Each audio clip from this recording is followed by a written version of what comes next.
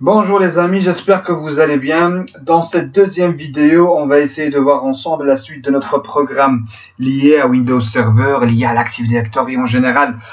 On va expliquer qu'est-ce que c'est que les partitions de l'Active Directory.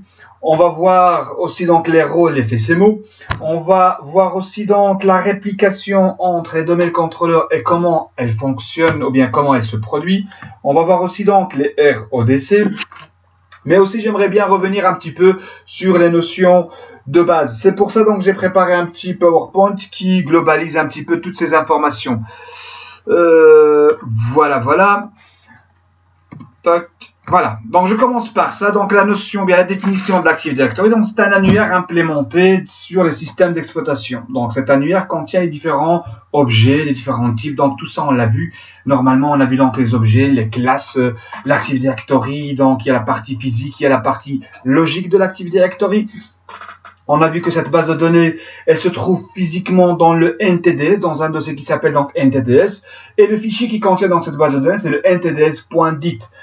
Et on a vu aussi que cette base de données, donc, elle est évolutive, bien sûr, avec le nombre d'objets qu'on peut rajouter, mais aussi on a vu qu'elle est donc distribuée. Donc ça, on va le voir avec les différents contrôleurs de domaine qu'on peut avoir dans un domaine. Donc la base de données ou bien l'Active Directory va nous aider donc à authentifier les utilisateurs. C'est-à-dire que l'intérêt de cet annuaire est multiple. L'Active Directory va nous aider vraiment à gérer l'administration et que cette administration soit simplifiée. Ça veut dire quoi? Ça veut dire que moi, par exemple, administrateur réseau, j'ai mon parc informatique. Donc, je travaille sur ce réseau qui est là, ou bien sur ce contrôleur de domaine qui est là, et mes utilisateurs donc, se trouvent là. Donc, ceci, donc, considérant que cette partie-là est le service marketing, ça c'est le service d'achat, et là c'est production. Je crée donc un partage sur mon serveur Active Directory. Je crée donc un partage que je renomme par exemple bilan. J'ai envie donc de partager donc le dossier bilan avec les trois services. Est-ce que je vais quand même le partager ou bien le créer donc sur tous les PC donc, de mon parc informatique, ou bien je le fais simplement avec mon contrôleur de domaine? Je vais le faire simplement avec mon contrôleur de domaine parce que c'est un point positif ou bien un des intérêts de l'Active Directory, c'est la simplification de l'administration. C'est pour ça qu'on dit que c'est une administration donc centralisée. Donc je vais le créer donc sur mon contrôleur de domaine ou bien sur un autre serveur ou bien sur une autre machine et je vais gérer donc les droits donc sur ce partage à travers donc mon Active Directory. C'est pour ça qu'on dit que l'administration est centralisée. J'ai envie donc de créer donc un utilisateur qui doit appartenir au service production, je vais le créer donc sur mon contrôleur de domaine, tout simplement. J'ai envie de partager une imprimante, de supprimer une imprimante qui se trouve donc sur le réseau. J'ai envie de mettre en place des sauvegardes et que mes sauvegardes soient orientées vers un serveur NAS. Tout ça donc je peux le faire à partir de mon serveur. Donc moi en tant que administrateur réseau, en tant que gérant du réseau informatique, je dois tout simplement travailler sur mon serveur. Et c'est pour ça qu'on parle d'une administration centralisée et simplifiée. Unifie donc l'authentification. Ça veut dire quoi donc unifier donc l'authentification? Déjà de 1, avec les serveurs ou bien avec mon contrôleur de domaine, je peux gérer une stratégie de mot de passe, une stratégie donc d'authentification. Déjà de 1, on commence par donner un login à mes utilisateurs. Supposons que maintenant j'ai 350 utilisateurs et j'aimerais bien que je leur donne des logins. Qu'est-ce que je vais leur donner comme login?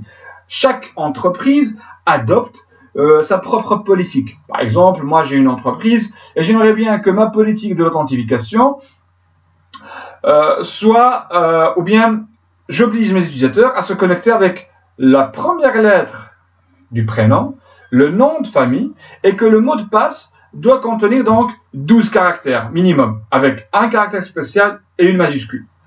Donc ça, c'est ma politique, on va dire, d'authentification. Une autre société va adopter donc une autre politique. Par exemple, pour les logins, je prends toujours donc le nom de famille et je rajoute les initiales du service. Par exemple, j'ai monsieur Robert, Alain Robert, qui travaille dans le service donc marketing, bah, je vais mettre tout simplement Robert MKT par exemple. Et pour le mot de passe, donc je lui mettrai donc un mot de passe avec simplement 8 caractères et une majuscule, tout simple.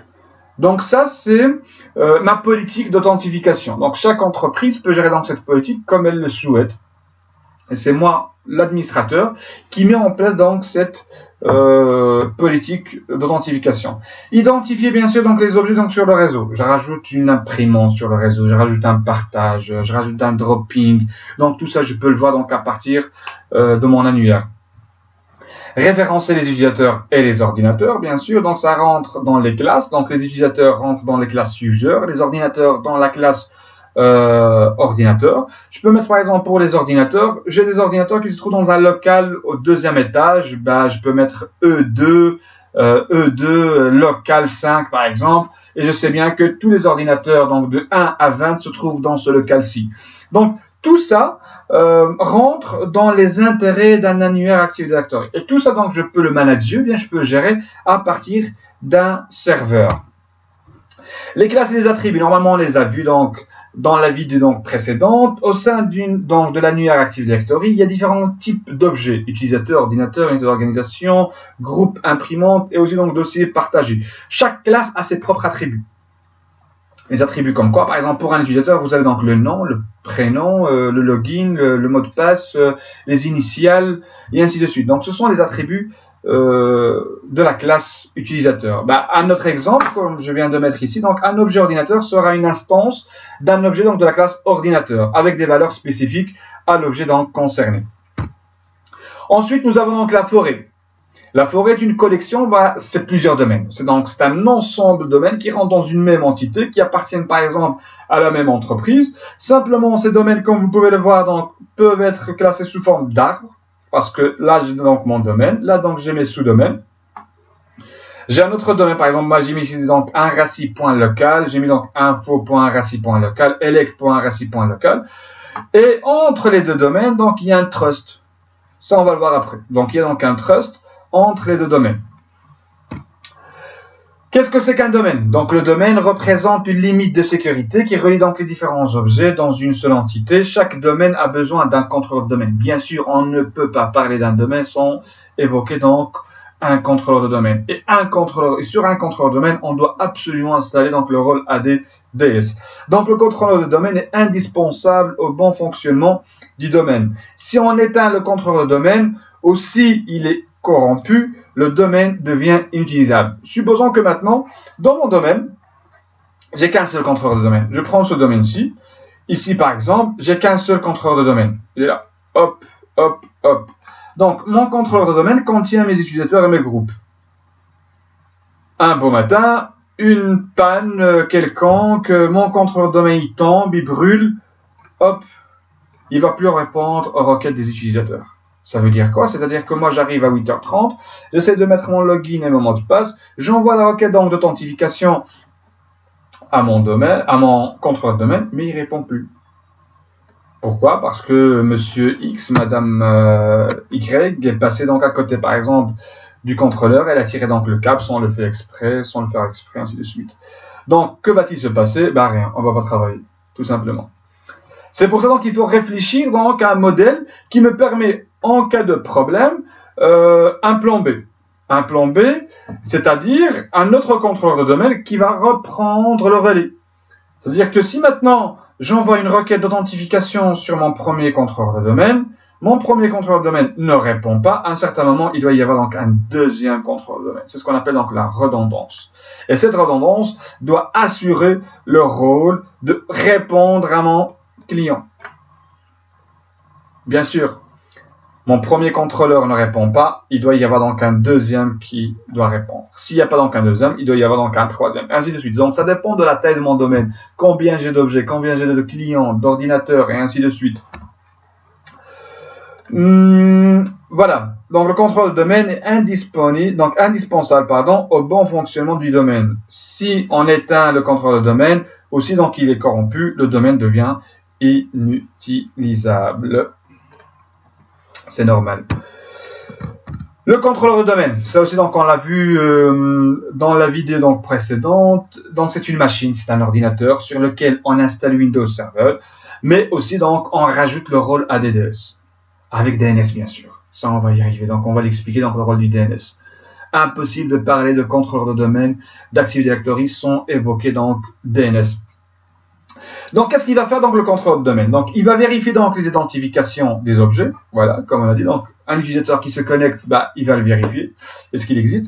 Traiter les demandes d'authentification, appliquer les stratégies de groupe, ça c'est essentiel, et stocker une copie donc de l'annuaire Active Directory. La réplication des contrôleurs de domaine, ça c'est essentiel. Donc, je vais revenir à mon petit schéma qui se trouve donc juste là. Ou bien je vais utiliser donc mon whiteboard, c'est mieux. Je vais utiliser donc mon whiteboard. Supposons que j'ai un domaine.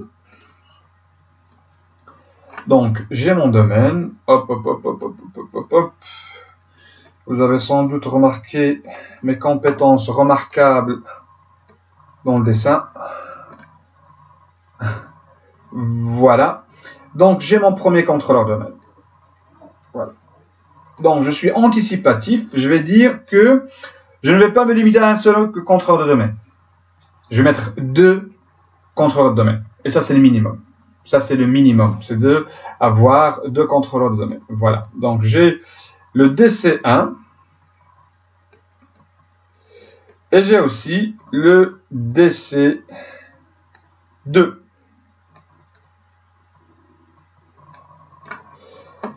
Après avoir installé, configuré donc mes 2 contrôleurs de domaine, je dois intégrer, on va dire, des clients. Donc, j'ai des PC.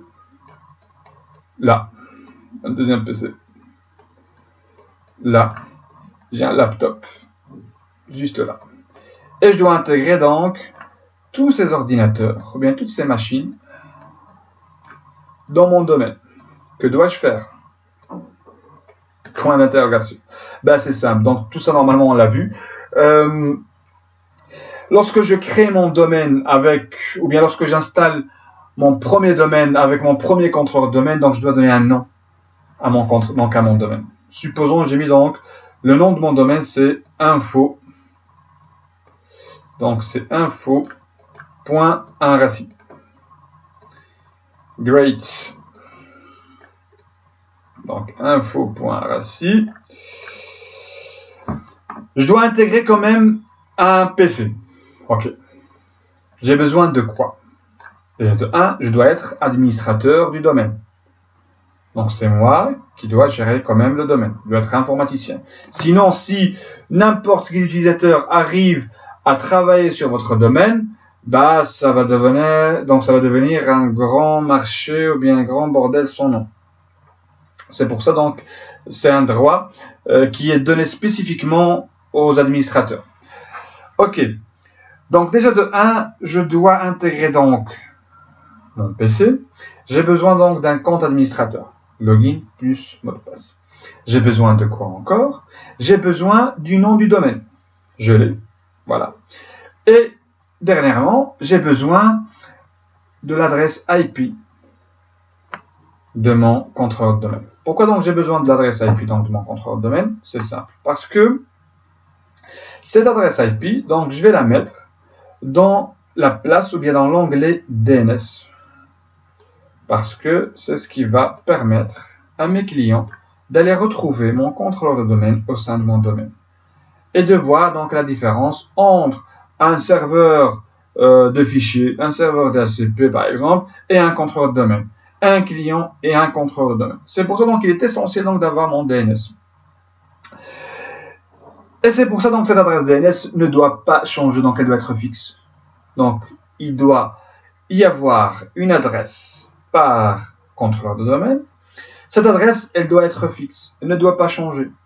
Pourquoi donc elle ne doit pas changer? Parce que lorsque je vais mettre donc mon client dans le domaine, supposons que maintenant il fait partie de mon domaine, j'ai un utilisateur qui va essayer donc de s'authentifier. Je mets donc mon login, mon password. Qu'est-ce qu'il va faire mon système d'exploitation? Il cherche directement mon DNS. Le DNS qui représente quoi? Mon DNS représente l'adresse IP de mon serveur. Voilà, de mon serveur. Je vous explique comment ça va fonctionner. C'est comme si maintenant je vous donne une adresse. Et je vous dis, ouais, vous pouvez venir chez moi. Donc je vous invite chez moi donc, le samedi soir. J'habite à rue de la Liberté. Ok. Ou bien, je vais prendre donc un exemple plus concret. J'habite à la chaussée d'Alzenberg. Ok, vous allez me dire donc c'est bien, merci donc de ton invitation. Vous allez arriver donc le samedi donc soir à la chaussée d'Alzenberg. Ouais, mais quel numéro? Parce que si vous commencez à toquer maison par maison, ou bien sonner donc dans chaque maison à la chaussée d'Alzenberg, je pense que samedi de la semaine prochaine, vous n'aurez pas terminé à chercher donc mon appartement. Donc vous avez absolument besoin donc de mon numéro. Vous allez me dire, non, la chaussée d'Alzenberg, elle fait des kilomètres, donc moi j'ai besoin donc de l'adresse donc complète, y compris donc le numéro. C'est comme ça avec les contrôleurs de domaine. Les clients ont besoin de l'adresse donc IP des contrôleurs de domaine. Et ça sera donc leur serveur DNS. À chaque fois donc lorsqu'ils vont pointer leur requête, bah, ça va partir directement vers le serveur DNS. Ok, mais supposons maintenant que mon serveur tombe en panne. Voilà. Donc mes clients qui ont mis donc le serveur ou bien l'adresse IP dans leur DNS, bah, ils vont envoyer donc leur requête et le serveur ou bien le contrôleur de domaine donc ne va pas répondre. Comment ça va se passer alors? C'est pour ça, vous avez donc le DNS primaire et le DNS secondaire. Donc DNS 1 et DNS 2. C'est-à-dire que vous allez mettre donc l'adresse IP de ce premier contrôleur de domaine comme DNS 1 et l'adresse IP de ce deuxième contrôleur de domaine comme DNS 2. Et comme ça, si le premier donc DC tombe en panne, bah, directement, je renvoie donc ma requête vers le deuxième DC. Ok, j'espère que vous avez compris donc cette partie-là. Supposons que maintenant, mes DC fonctionnent parfaitement. Et que moi, donc, au lieu donc d'avoir que deux contrôleurs de domaine, je vais rajouter quand même un troisième. J'ai intégré mes clients, j'ai créé donc mes utilisateurs. Comment mes contrôleurs de domaine vont-ils savoir que les clients qui sont là seront donc là? C'est-à-dire, ou bien autrement dit, comment je peux être sûr et certain que le deuxième contrôleur de domaine, ou bien que le troisième contrôleur de domaine, contient les mêmes objets que dans le premier contrôleur de domaine. Donc tout ça, on va l'expliquer maintenant. Donc on va effacer un petit peu tout ça. Hop, hop, hop, hop, hop. Voilà.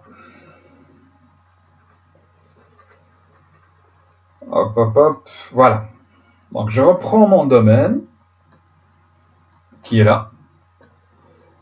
Maintenant c'est un grand domaine. Oh purée. J'ai complètement loupé le dessin. Voilà. Hop. Et hop. J'ai trois contrôleurs de domaine. Donc j'ai le premier qui est là. J'ai un deuxième contrôleur de domaine.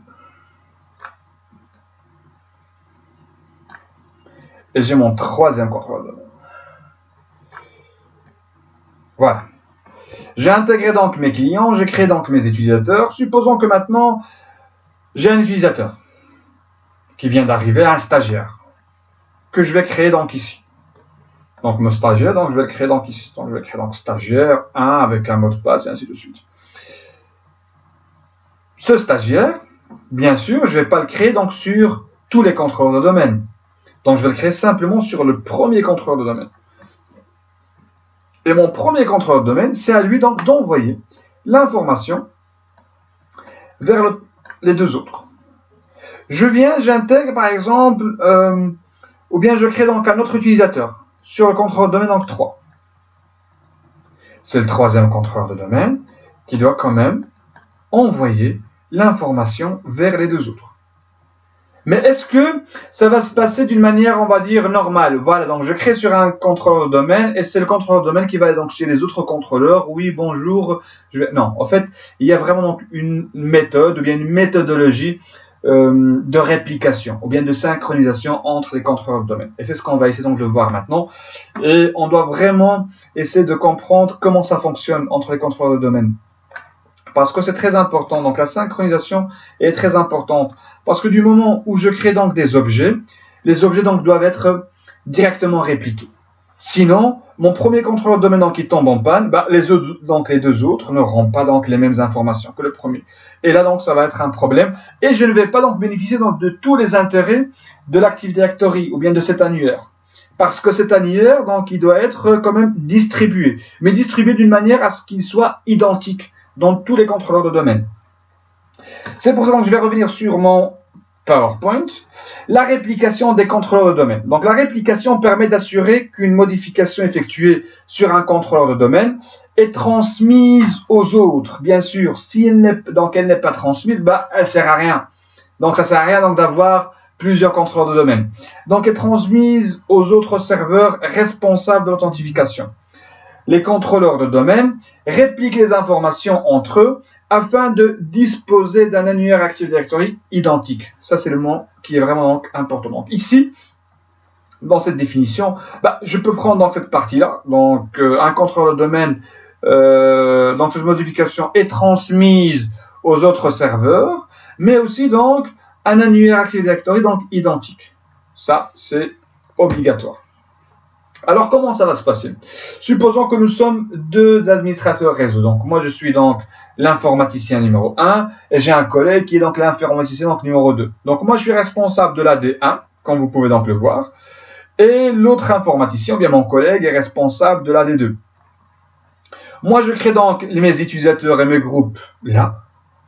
Et l'autre informaticien, bien mon collègue, crée donc les utilisateurs et ses groupes donc ici. Avec les GPO bien sûr, les scripts et ainsi de suite. Comment ça va se passer entre les deux? Comment donc vont-ils, c'est-à-dire donc les contrôleurs de domaine, vont-ils donc échanger l'annuaire, ou bien les réplications?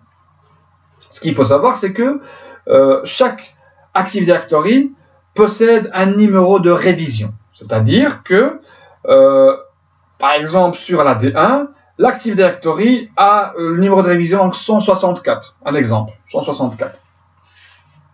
L'AD numéro 2 a le numéro de révision donc 164. Ça veut dire quoi? Ça veut dire qu'il y a eu donc une modification sur l'AD1 et cette modification n'est pas répliquée donc sur l'AD2. Alors, qu'est-ce qu'il doit faire donc l'AD1? Donc, il doit envoyer donc cette réplication ou bien cette modification vers l'AD2. Et pour ça, donc, nous avons deux méthodes. Donc, nous avons deux méthodes pour envoyer donc les modifications. Mais avant donc d'expliquer donc les deux méthodes donc des réplications, il faut savoir comment ça va se passer lorsque j'ai qu'un seul contrôleur de domaine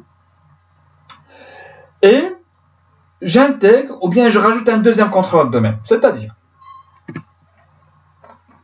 supposons que maintenant, dans mon domaine, j'ai qu'un seul contrôleur. Hop.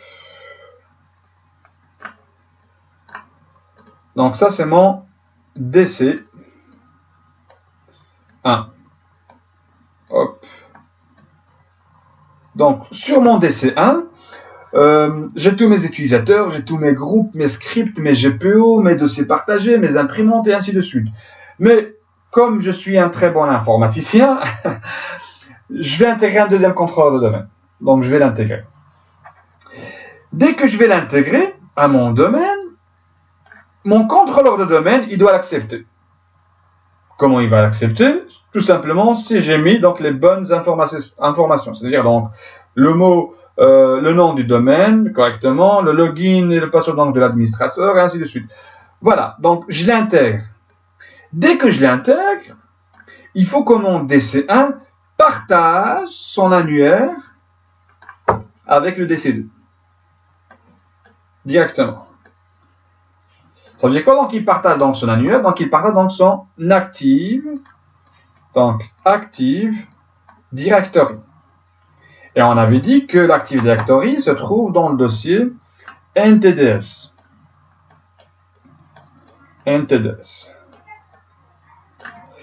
Et dans le dossier NTDS, nous avons bien sûr le fichier NTDS point comment, point dit. C'est bien. Nous avons donc le dossier ntds, point dit. Est-ce que le DC1 va partager donc le ntds, point dit avec le DC2? Ben non, il ne va pas le partager. Pourquoi? Parce que dans le ntds.dit, vous avez donc des informations inutiles pour le DC2, qui ne sont essentielles que pour le DC1. Mais qu'est-ce qu'il va partager avec le DC2? Donc, il va partager un autre dossier. Ce dossier donc s'appelle le sysvol. Voilà. Donc, il va partager donc le sysvol. Et dans ce sysvol, ben, vous avez plein d'informations essentielles pour compléter le ntds.dit du DC2. Et c'est à partir de ce moment que DC2 devient un contrôleur de domaine et peut gérer donc les objets donc, de notre domaine. Je vais revenir sur le PowerPoint. Tac, donc on était là. Voilà. Le sysvol, ben, c'est un répertoire qui stocke des informations qui doivent être répliquées entre les différents contrôleurs de domaine pour que le contenu soit identique et ainsi de suite. Donc, il y aura une réplication du sysvol. La redondance réplique les données afin que ces derniers donc soient identiques sur les différents membres. Donc, qu'est-ce qu'il va lui donner? Donc, il va lui donner donc la base annuaire Active Directory, donc c'est-à-dire donc tous les objets du domaine, les stratégies de groupe et les scripts. Vous savez quoi? Donc, les stratégies de groupe, bien sûr, donc les GPO et les scripts, DNS. Ben, les DNS, donc la base de données donc DNS, ça on va le voir dans les partitions Active Directory. Et toutes ces informations seront utiles pour le deuxième contrôleur de domaine afin qu'il gère aussi donc les objets qui existaient déjà dans ce domaine-là. Ok. Mais comment ça va se passer donc entre ces contrôleurs de domaine? Donc supposons que nous avons donc 2 contrôleurs de domaine, ou bien 3, ou bien 4, ou bien 5 contrôleurs de domaine. Comment ça va se passer? En fait, il y a donc 2 manières pour gérer ça. Donc il y a 2 manières. La première, c'est que je fais donc une modification sur un contrôleur de domaine. Donc je fais donc une modification, par exemple, je rajoute un utilisateur, ou bien je rajoute un groupe. Qu'est-ce qu'il va faire dans ce contrôleur de domaine? Ben, il va signaler donc une modification aux autres contrôleurs de domaine. Donc il envoie donc un petit signal. Olé olé, donc je viens d'avoir une modification. Est-ce que vous êtes prêt à la recevoir? Ben, les autres contrôleurs de domaine vont répondre oui, je suis prêt pour la modification. Et directement, lorsque le premier contrôleur de domaine, celui donc qui a eu, bien sûr, lequel on a fait cette modification, dès qu'il reçoit donc ce ready, ben, il envoie donc la modification. Alors, on va dire que le temps de latence, normalement, est de 5 minutes. Des fois, ça prend moins de temps, franchement, donc, pour répliquer donc les modifications. Il faut noter aussi que la réplication intersite a lieu donc toutes les 3 heures sur chaque lien intersite. Donc ça, c'est la première méthode. C'est-à-dire que je vais revenir là sur mon petit dessin. Donc je crée un utilisateur ici donc sur le DC2.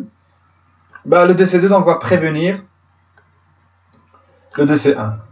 Attention, donc il y a eu donc une modification. Ben, le DC1 il renvoie donc un petit message.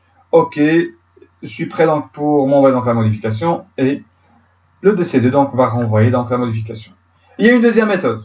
Il y a une deuxième méthode qu'on a déjà donc vue normalement, c'est que j'ai 3 contrôleurs de domaine, bien 4, pourquoi pas. J'ai 4 contrôleurs de domaine. J'ai fait donc une modification donc sur celui-ci, donc on va dire sur le 3. Donc j'ai 1, bah, ça c'est 2. Bah, 1, 2, 3 et 4. Donc, je fais une modification donc sur le 3. Directement, dès que je modifie donc un contrôleur de domaine, qu'est-ce qui va se passer? Le numéro de révision va augmenter. C'est-à-dire, s'il était donc à 205, ben, il va passer donc à 206. Donc, il va passer donc à 206. Ensuite, les contrôleurs de domaine vont s'interroger donc mutuellement. Quel est ton numéro de révision? Quel est ton numéro de révision? Quel est ton numéro de révision? Quel est ton numéro de révision? Peut-être que le 4 va interroger donc le 3. Il va lui dire quel est ton numéro de révision. Il va lui dire moi c'est 206. Et toi, il va dire moi c'est 205. Alors qu'est-ce qu'il va faire donc le 4? Le 4, il va essayer donc d'informer donc tous les autres. Attention, il y a un numéro de révision plus que la mienne. 201, il va dire au 4. La tienne c'est combien? Il va dire moi c'est 205. Peut-être que le 201 a déjà reçu la modification de 206 et que son numéro de révision donc, est déjà donc 206 à travers donc, le contrôleur de domaine numéro 2 et ainsi de suite. À chaque fois lorsqu'il y a donc une modification, d'une manière on va dire automatique, les contrôleurs de domaine s'interrogent. Ils s'interrogent quel est ton numéro de révision, ainsi de suite. Et à chaque fois donc on essaie donc les contrôleurs de domaine essaient d'avoir donc le même numéro de révision. C'est-à-dire ils vont essayer donc d'avoir le même à chaque fois. Et comme ça, on est sûr et certain qu'ils ont le même annuaire, avec les mêmes objets. Et que même si, au cas où un contrôleur de domaine tombe en panne, les autres peuvent répondre donc aux requêtes, au partage, aux normes de sécurité, et ainsi de suite, liées donc au domaine. Ok, donc je vais couper donc cette deuxième vidéo, donc je vais la couper donc ici et je recommencerai avec une troisième vidéo et là donc je vais attaquer directement donc les rôles FSMO.